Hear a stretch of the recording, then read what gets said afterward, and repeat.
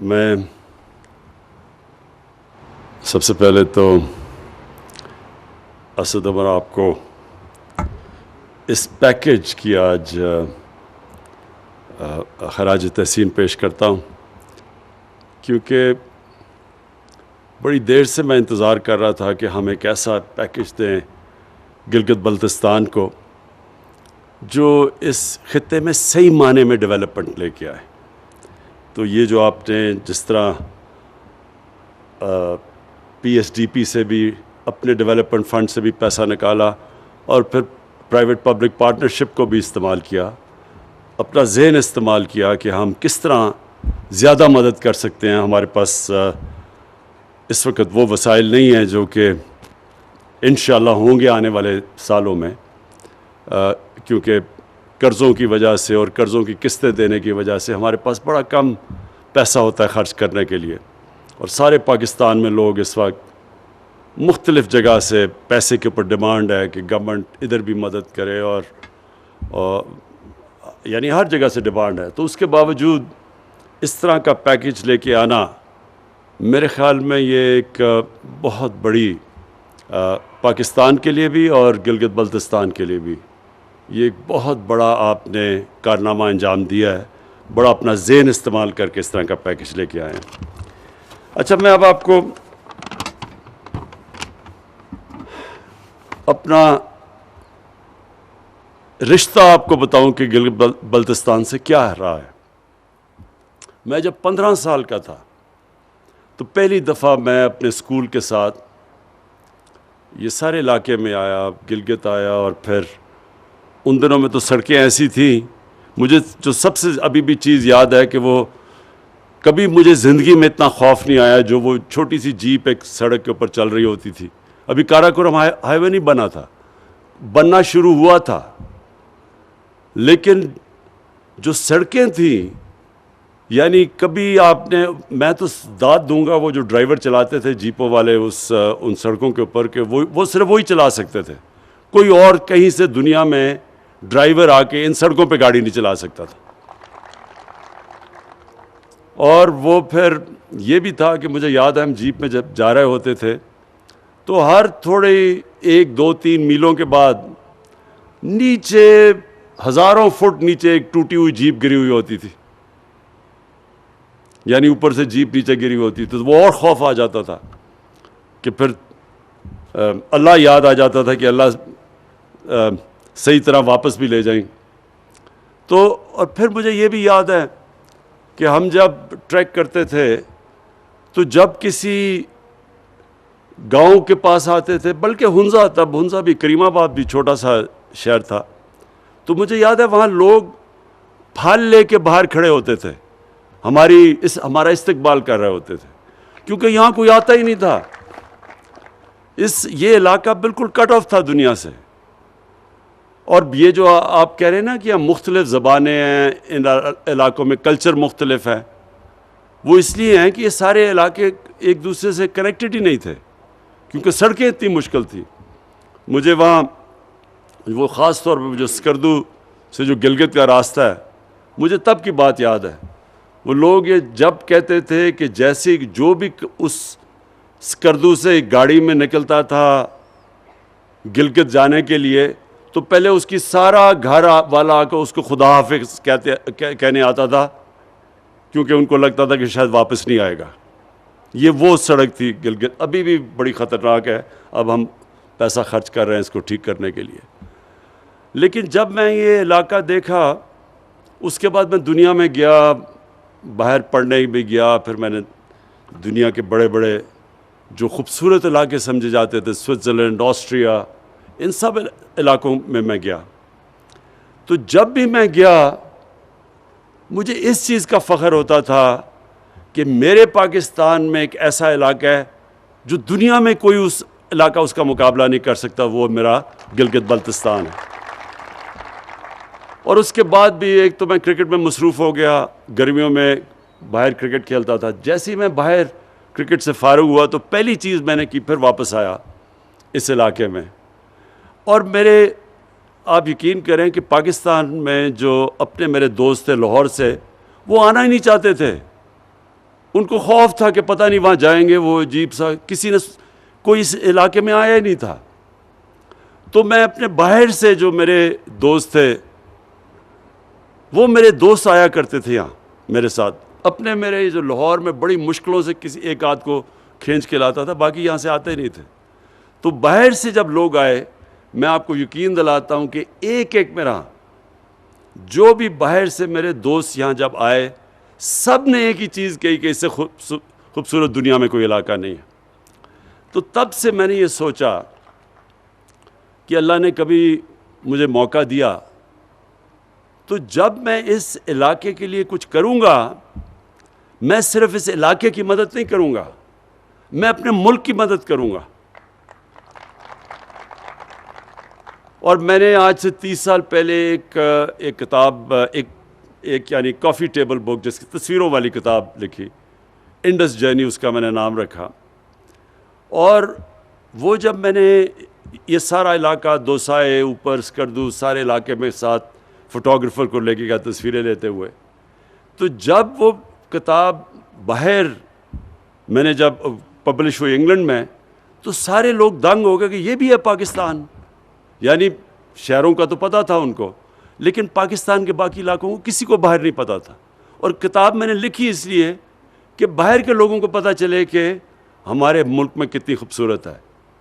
اور میں یہ بھی آپ کو بتا دوں کہ باہر کے لوگوں کی تو دور کی بات ہے، پاکستان کے لوگوں کو نہیں پتہ کہ یہ ملک کتنا خوبصورت ہے.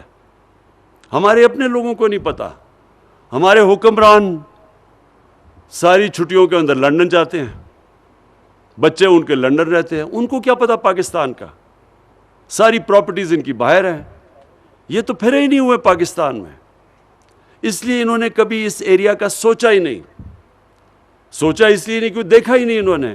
زیادہ سے زیادہ ایک جہاز میں آ کے یہاں گلگت یا ادھر سے چلے گئے واپس. یہ جو باقی سارا علاقہ ہے کسی کو تو پتہ ہی نہیں اس کا. تو جب ہماری حکومت آئی، تب سے ہمارا فیصلہ یہ تھا کہ ہم اس خطے کا جو پوٹینشل ہے اس کو اوپر لے کے آئیں.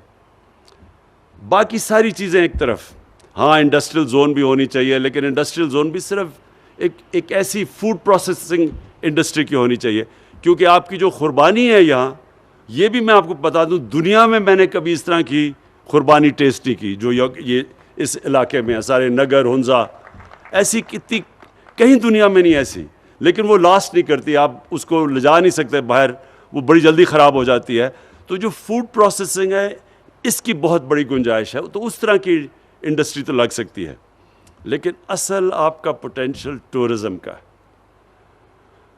اور ابھی چیف منسٹر صاحب نے مجھے پریزنٹیشن دی سوئٹزرلینڈ کا اور گلگت بلتستان کا موازنہ کیا ہوا ہے. یہ دگنا علاقہ ہے سوئٹزرلینڈ سے، زمین میں یہ دگنا علاقہ ہے، یہ صرف جو گلگت بلتستان ہے. اس کے علاوہ اس علاقے میں جو پہاڑ ہیں، جو خوبصورتی ہے، وہ سوئٹزرلینڈ سے بہت زیادہ ہے. آدھے تو دنیا کے جو بڑے اونچے ترین پہاڑ ہیں، 12 یہ جو سب سے بڑی پیکس ہیں، تقریباً آدھی تو اس علاقے میں گلگت بلتستان. اور یہاں تو یہاں جو پوٹینشل ہے ٹورزم کا، کسی کو اس ملک میں اندازہ نہیں ہے. میں صرف آپ کو فگر دیتا ہوں. میں نے 2 فگرز دیکھی ہیں کہ سوئٹزرلینڈ ٹورزم سے کتنا پیسہ کماتا ہے. تو پہلے آپ یہ دیکھ لیں کہ پاکستان کا جو ساری ہم ایکسپورٹ کرتے ہیں، ساری پاکستان کی ایکسپورٹس مشکل سے $25 ارب ہے، اور ماشاءاللہ ہمارے دور میں اب یہ بڑھ رہی ہیں ایکسپورٹس. سوئٹزرلینڈ صرف ٹورزم سے 60 سے 80 ارب ڈالر کماتا ہے. تو آپ یہ سوچیں کہ اگر وہ آدھا ہے ہمارا گلگت بلتستان سے، اگر ہم اس کو ڈیولپ کر لیں تو آپ سوچیں کہ میں کہتا ہوں کہ آپ کا تو فائدہ ہوگا یہاں، لیکن ہمارے ملک کا کتنا فائدہ ہوگا، سارے پاکستان کا کتنا فائدہ ہوگا. ہمیں فارن ایکسچینج ملے گا، آپ کو روزگار ملے گا، خوشحالی آئے گی. تو دونوں کے لیے تو یہ جو ہم پیکج لے کے آئے ہیں، یہ صرف آپ کی بھلا کے لیے، آپ کے لیے بہتری کے لیے نہیں لے کے آئے، یہ سارے پاکستان کے لیے لے کے آئے ہیں. کیونکہ اس کا فائدہ سارے ملک کو ہوگا. جب گلگت بلتستان اپنی آپ کو ٹورزم کے لیے تیار کرے گا, صحیح معنی میں ڈیولپمنٹ ہوگی, سارا فائدہ سارے ہمارے ملک کو ہوگا. اور میں آج ایک داد دینا چاہتا ہوں. میرے سے بڑے بڑے غلط فیصلے بھی ہو جاتے ہیں. میں ٹکٹس دینے میں بھی, میں جب دیکھتا ہوں ماضی میں, تو میں سمجھتا ہوں میں نے بڑی بڑی غلطیاں کی پارٹی کے ٹکٹس دیتے ہوئے. کئی جگہ میں اب سوچتا ہوں کہ اگر مجھے پہلے موقع ہوتا تو میں اس طرح نہیں, اس کو وزیر بنا دیتا, اس کو نہ کرتا. یہ میں سوچتا رہتا ہوں سارا وقت. لیکن مجھے جو آج بڑی خوشی ہے کہ اس ایک فیصلہ جو کیا, جو میں اللہ کا شکر کرتا ہوں کہ میں نے صحیح فیصلہ کیا, وہ خالد کو آپ کا وزیر اعلیٰ بنانے کا. اس کی وجہ کیا؟ دیکھیں, ایک انسان, ہمارے بدقسمتی سے ہمارے جو لوگ, جو انسان ہمارے پولیٹکس میں آتے ہیں, وہ 3 طرح کے لوگ ہوتے ہیں. ایک وہ لوگ ہوتے ہیں جو کہ پولیٹکس میں صرف اور صرف اپنی ذات کو فائدہ پہنچانے کے لیے آتے ہیں. اور ان کے اندر بھی 2 کیٹیگریز ہوتی ہیں. ایک اپنی ذات کو فائدہ پہنچانے کے لیے آتے ہیں, لیکن کوئی غیر قانونی چیز کر کے نہیں, بس اپنی پوزیشن کا فائدہ اٹھانے کے لیے. حالانکہ اگر میں اقتدار سے اپنی ذات کو فائدہ پہنچاؤں تو اس کو کرپشن کہتے ہیں. کرپشن کی ڈیفینیشن یہ ہے کہ میں اپنے اقتدار کو استعمال کروں اپنی ذات کو فائدہ پہنچانے کے لیے. لیکن ہمارے کیونکہ اتنا بدقسمتی سے پولیٹکس میں اخلاقیات اتنی گر چکی ہیں کہ اس کو کوئی کرپشن نہیں سمجھتا. اور اس کے دوسری جو لوگ ہیں وہ ہیں جو یہاں سے پیسہ چوری کر کر کے ملک سے باہر لے کے جاتے ہیں. یہ اس ملک کے سب سے بڑے غدار اور سب سے بڑے مجرم ہیں. 2 طرح نقصان پہنچاتے ہیں. ایک, وہ پیسہ چوری کر لیتے ہیں جو ہمارے ملک میں خرچ ہونا چاہیے. دوسرا, جب وہ ملک سے باہر لے کے جاتے ہیں تو ہمیں دوسرا نقصان پہنچاتے ہیں, کیونکہ ڈالر لے کے باہر پہنچاتے ہیں. تو جب ڈالر ملک سے باہر جاتا ہے, ہمارے روپے پہ پریشر پڑتا ہے, روپیہ کمزور ہو جاتا ہے, روپیہ گرنا شروع ہو جاتا ہے. اور جب روپیہ گرتا ہے تو ساری چیزیں مہنگی ہو جاتی ہیں, ملک میں غربت آ جاتی ہے. تو ایک تو یہ ہے کہ اور ساری دنیا میں اس طرح کے جو پولیٹکس میں آتے ہیں نا, اور نام لیتے ہیں عوام کا, اور اقتدار میں آ کے اپنا پیٹ پالنا شروع کر دیتے ہیں. ان کو ساری دنیا میں برا بھلا سمجھا جاتا ہے, ایسے پولیٹیشنز کو. دوسری کیٹیگری, اور اس میں کافی لوگ فٹ ان ہو جاتے ہیں, اور وہ ایسے ہوتے ہیں کہ وہ اقتدار سے فائدہ بھی اٹھاتے ہیں, لیکن وہ کچھ لوگوں کے لیے بھی کام کر دیتے ہیں. لیکن کام وہ کرتے ہیں جس سے ووٹس مل جائیں, لیکن زیادہ تر اس کیٹیگری میں لوگ آ جاتے ہیں. اور پھر ایک خاص کیٹیگری ہے, جب اس کیٹیگری میں زیادہ لوگ آ جائیں وہ ملک اوپر آ جاتا ہے. وہ ہے جدھر سیاست ایک عبادت بن جاتی ہے. وہ سب سے بڑے دنیا کے لیڈر ہمارے نبی صلی اللہ علیہ وسلم نے, انہوں نے ہمیں ایک راستہ دکھایا کہ انہوں نے ان کی جو ریاست تھی, جو ان کا اقتدار تھا, وہ صرف اور صرف عوام کی بہتری کے لیے تھا. اپنی ذات انہوں نے بالکل بیچ میں سے نکال دی. تو جو بھی جیسے پہلے تو بہت ہی غریب تھے, امہ مدینہ کی ریاست میں بڑا برا حال تھا, لیکن جیسے جیسے پیسہ آیا وہ سارا پیسہ انہوں نے لوگوں کے اوپر خرچ کیا, نچلے طبقے کو اوپر اٹھانے کے لیے خرچ کیا, کمزوروں کے لیے, معذوروں کے لیے, بیواؤں کے لیے, یتیموں کے لیے. دنیا کی تاریخ کی پہلی فلاحی ریاست بنا دی. اور اپنے لیے کوئی محل نہیں بنائے, اسی مسجد نبوی میں جس دن پہلے دن مدینہ آئے تھے اسی میں رہے, سادگی میں زندگی گزاری. آج تک ہم ان کے لیے جان دینے کے لیے تیار ہیں.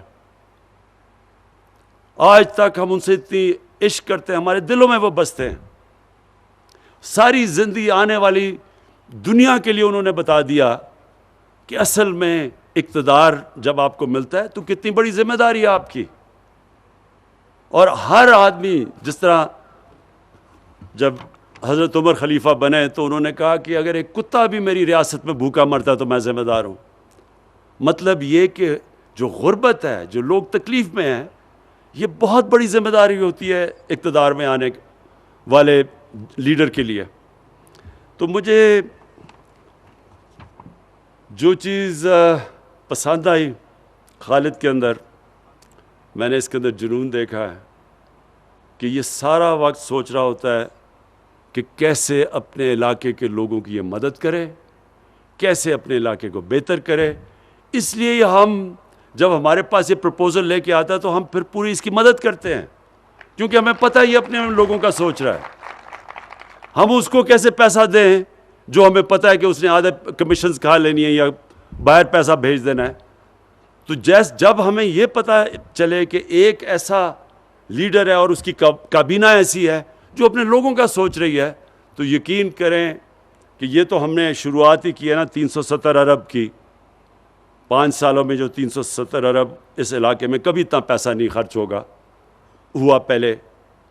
لیکن یہ ہم آپ کے لیے آپ کی مزید اور مدد کرتے رہیں گے. جیسے آپ چاہیں گے ہم آپ کی اور مدد کریں گے. میں آج آپ کے سامنے پیشن گوئی کرتا ہوں.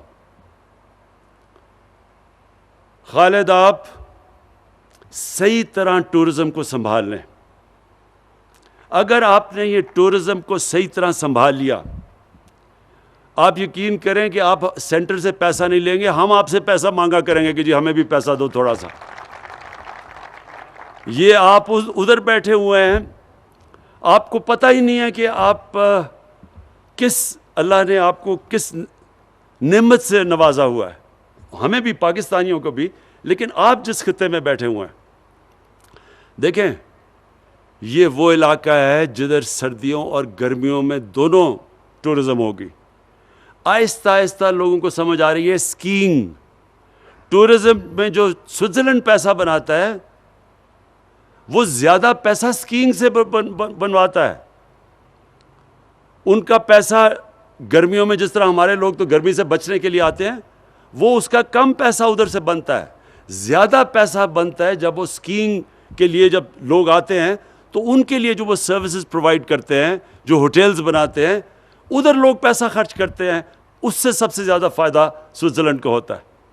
تو آپ تو گلگت بلتستان میں ادھر بیٹھے ہوئے ہیں جدھر گرمیوں میں تو ویسے ہی سارے پاکستان نے یہاں پہنچ جانا ہے. وہ گرمی میں نیچے لوگ تو یعنی دعا کر رہے ہوتے ہیں کسی طرح یہ ٹھنڈے علاقوں میں آئے. تو پہلے تو آپ کو وہی فائدہ ہے. باہر سے ٹورزم آئے یا نہ آئے، پاکستان نے تو پہنچ ہی جانا ہے یہاں سے، جیسے جیسے آپ کی کنیکٹیوٹی بڑھتی رہے گی.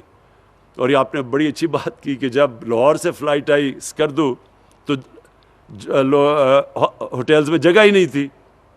ویسے بھی اگر وہ نہ بھی لاہور سے فلائٹ ہے، ویسے ہی آپ کے ہوٹلز میں جگہ نہیں تھی. جب میں 3-4 سال پہلے اپنے بیٹوں کو لے کے آیا تھا یہاں، تو تب بھی آپ کے سارے ہوٹل بھرے ہوئے تھے.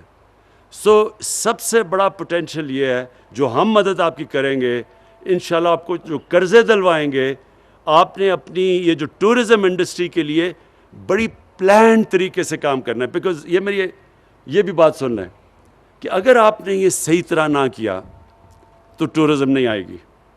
یعنی اگر آپ نے اپنے علاقے خراب کر دیے، صحیح آپ نے ٹاؤن پلاننگ نہ کی، گندگی پڑی ہوئی، آپ نے اگر اپنے یہ پہاڑ، اپنے جو درخت، جو جنگلات، ان کو نہ آپ نے ان کی دیکھ بھال نہ کی، اگر آپ نے جس کو ایکو ٹورزم کہتے ہیں کہ جو ٹورزم جو انوائرمنٹ کے ساتھ چلتی ہے، جس طرح اب سوئٹزرلینڈ کے اندر فرق کیا ہے؟ سارے ہی سوئٹزرلینڈ کے اندر قانون ایسے بنے ہوئے ہیں کہ ادھر یہ ہیں اسکیئنگ سلوپس، صرف اسکیئنگ ہو سکتی ہے یہاں.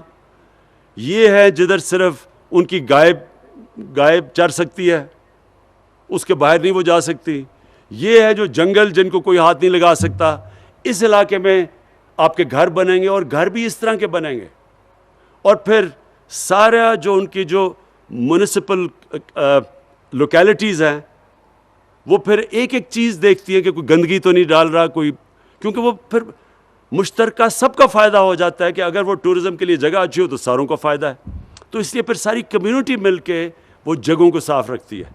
اور آپ کی خوش قسمتی یہ دوسری یہ ہے کہ یہاں کیونکہ یہ علاقے کٹ آف تھے، جو میں آپ کو بتا رہا ہوں کہ جب میں یہاں آیا تھا تو یہاں سے گلگت جانا اس طرح لگتا تھا کسی دوسرے ملک میں جانا. اسکردو تو بھول ہی جاؤ نا, گلگت سے اسکردو جانا, وہ تو دنوں میں پہنچ. تو یہ کٹ آف تھا سارا.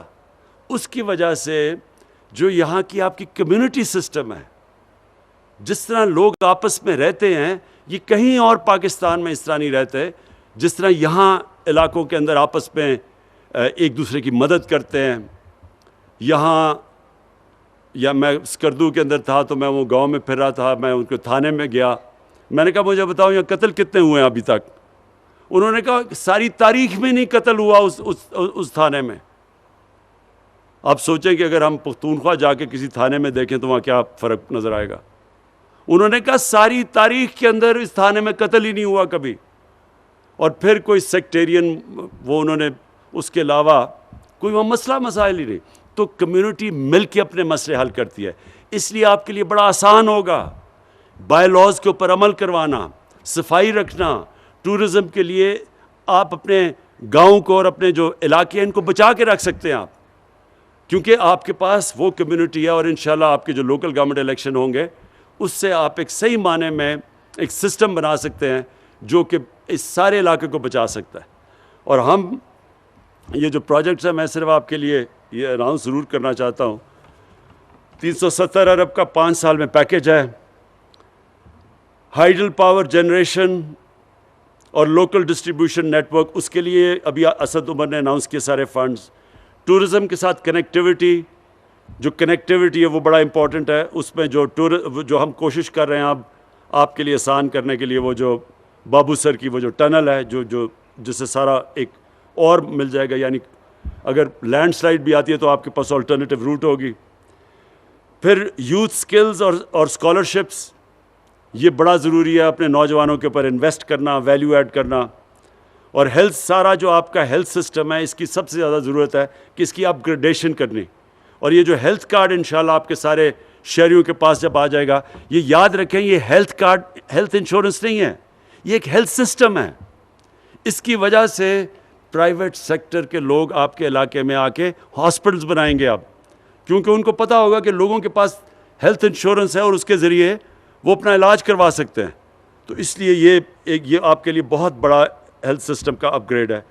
پھر واٹر اور سینیٹیشن, جو اسکردو کی بات کی کہ وہاں خاص طور پہ سیوریج سسٹم کی بڑی ضرورت ہے, کیونکہ وہ اتنی آپ کے یہ گلگت اور وہ اسکردو اتنی تیزی سے پھیل گئے ہیں کہ وہاں سیوریج سسٹم کی ضرورت ہے, نہیں تو وہ سارا پانی جائے گا دریاؤں میں جو نیچے تک جاتا ہے.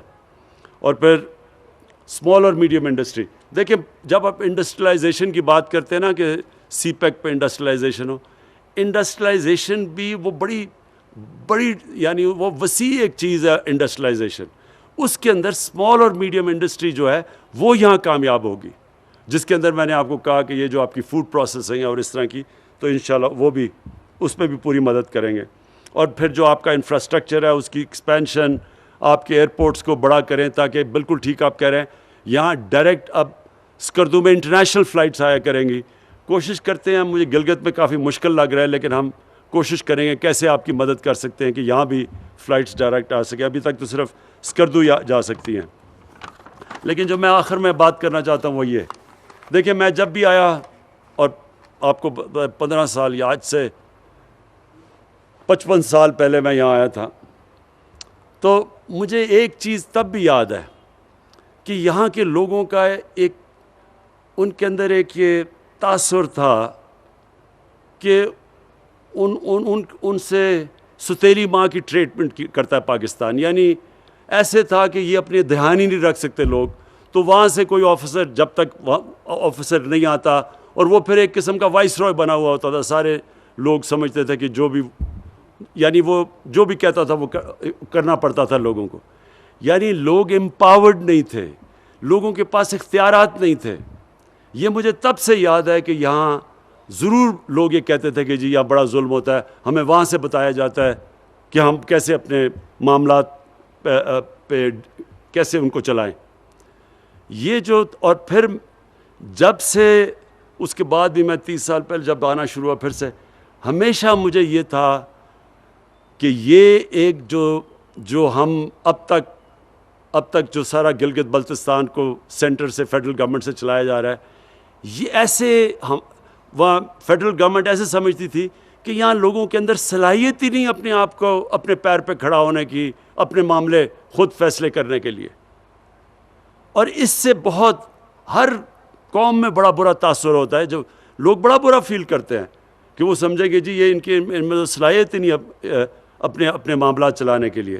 تو ہم نے یہ جو آپ قدم اٹھائے ہیں اور جو پروویژنل اسٹیٹس دیا پروونشل، یہ آگے سارے سٹیپس یہ ہوں گے کہ سارے فیصلے آپ کریں، آپ کے اوپر سارے اختیارات آپ کے پاس جائیں. آپ بہتر جانتے ہیں کہ آپ اس علاقے میں کس طرح کی ڈیولپمنٹ چاہتے ہیں، کون سی چیز پہلے چاہتے ہیں. اسلام آباد میں بیٹھ کے کیسے فیصلے ہو سکتے ہیں اس علاقے کے؟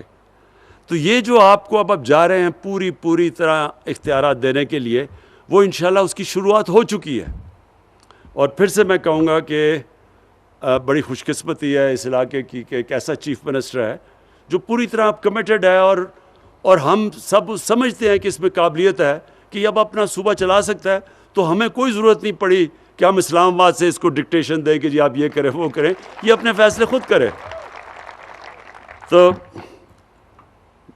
آخر میں صرف اب ایک چیز اور کہنا چاہتا ہوں. دیکھیں کہ ہم سب پاکستانی ہیں، اور ہم سب کو ایک چیز سمجھنی چاہیے کہ ایک ملک کبھی بھی ایک عظیم ملک نہیں بن سکتا جس ملک کے اندر انصاف نہیں ہوتا، قانون کی بالادستی نہیں ہوتی. یہ بڑا ضروری آپ کو اس چیز کو سمجھنا. خوشحالی اس قوم میں آتی ہے جس میں طاقت ہوتی ہے انصاف کرنے کی. اور قانون کی بالادستی کا مطلب کیا ہوتا ہے؟ یہ بھی ہم سنتے رہتے، قانون کی بالادستی، آئین کی بالادستی.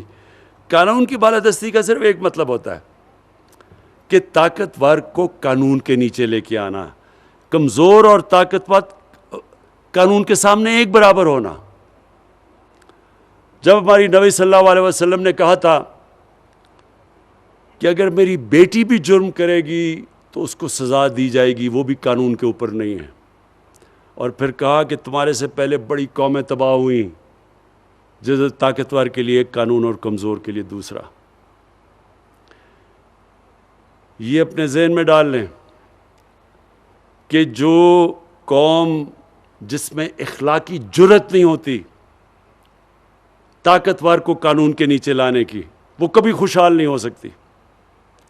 کیونکہ جو چھوٹا چور چوری کرتا ہے، وہ تو جس کی چوری کرتا ہے اس کو نقصان پہنچاتا ہے. لیکن جب آپ کے طاقتور چوری کرتے ہیں، ملک کے سربراہ، وزیر اعظم، وزیر، جب تکڑے لوگ، طاقتور لوگ چوری کرتے ہیں، وہ ملک کو تباہ کر دیتے ہیں. کیونکہ وہ جب چوری کرتے ہیں، وہ تو چوری کرتے ہیں اربوں میں. اب وہ جب اربوں میں چوری کرتے ہیں، وہ اربوں روپیہ اپنے بستر کے تو نہیں چھپا سکتے، لہٰذا اس کو ملک سے باہر بھیجتے ہیں. اور یہ ہمارا ہی نہیں، یہ ساری دنیا کے اندر غریب ملکوں کی یہی داستان ہے. جو دنیا میں مقروض اور غریب ملک ہے اس کو اٹھا کے دیکھ لیں، ان کے بھی طاقتور لوگ، ان کے وزیر اعظم، ان کے صدر، وہ ملک سے پیسہ چوری کر کے باہر لے کے جاتے ہیں. ان کے بھی بڑے بڑے محلات ہیں مغربی کیپٹلز کے اندر، لنڈن میں، نیو یارک میں، فرانس میں. تو جب تک ایک معاشرہ ان لوگوں کو قانون کے نیچے نہیں لے کے آتا، ان کا احتساب نہیں کرتا، چھوٹے چھوٹے لوگوں کا احتساب کرنا، پٹواریوں کا اور یہ تھانے دار، اس سے کوئی فرق نہیں پڑتا. ہماری نیب 20 سال سے چل رہی ہے، کیا کرپشن کم ہوئی ہے پاکستان میں؟ صرف اب نیب نے بڑے بڑے لوگوں کے اوپر ہاتھ ڈالا ہے. یہ صرف ہمارے دور میں، ہمارے دور سے پہلے کبھی نیب نے بڑے لوگوں کو ہاتھ نہیں ڈالا. اور یہ اب پاکستان کی انشاءاللہ ہماری خوشحالی کے لیے، ہمارے بچوں کے مستقبل کے لیے اب ایک ایسی سٹرگل اور جد و جہد چل رہی ہے. جب بھی ہم جیتیں گے، طاقتور کو قانون کے نیچے لے کے آئیں گے، یہ وہ ملک بنے گا جو آج سے 70 سال پہلے بننا چاہیے تھا، جو آج سے 50 سال پہلے بن رہا تھا. یہاں تیزی سے ہم سارے علاقوں میں ہم سب سے تیزی سے اوپر جا رہے تھے. میں تو ایک ڈیموکریٹ ہوں، میں تو کبھی بھی کسی ڈکٹیٹر کی حمایت نہیں کر سکتا، لیکن مجھے افسوس سے کہنا پڑتا ہے کہ جو تب جس تیزی سے ڈیولپمنٹ پاکستان میں ہو رہی تھی، ہمیں یاد ہے وہ دن جس تیزی سے ہمارا ملک اوپر جا رہا تھا. اور وہ ہمارا ملک صرف اس لیے اوپر نہیں گیا کہ جو حکمران آئے انہوں نے بجائے عوام کا سوچنے کے اپنے پیسے بنانے شروع کر دیے. تو یہ ہے ہمارے اب اسٹرگل، اور یہ ہے جدوجہد. اور قومیں اپنی آزادی، اپنی خوشحالی جدوجہد کر کے لیتی ہیں. کبھی بھی ہم چپ کر کے بیٹھے رہے اور سمجھیں کہ آ کے کوئی قوم آزاد ایسے تو نہیں ہوتی. آزادی کے لیے قوم لڑتی ہے، جدوجہد کرتی ہے. یہاں بھی ایک کرپٹ مافیا بیٹھا ہوا ہے، اس کے خلاف اب اس سے آزادی لینے کے لیے پوری جدوجہد ہے. اور انشاءاللہ میرا یہ ایمان ہے کہ اللہ نے میری ٹریننگ ہی کروائی ہے مقابلے کے لیے، ان چوروں کو ہرانے کے لیے انشاءاللہ. یوٹیوب پر گوگلی ٹی وی دیکھنے کے لیے youtube.com کی سرچ بار میں گوگلی ٹی وی ٹائپ کریں. گوگلی ٹی وی کے پیج پر سرخ رنگ کے سبسکرپشن والے بٹن پر کلک کرنا نہ بھولیے. یوٹیوب پر اپلوڈ ہونے والی ویڈیو سے باخبر رہنے کے لیے بیل آئیکن پر کلک کیجیے. آپ کو ہر نئی آنے والی ویڈیو کے بارے میں نوٹیفیکیشن موصول ہو جائے گا.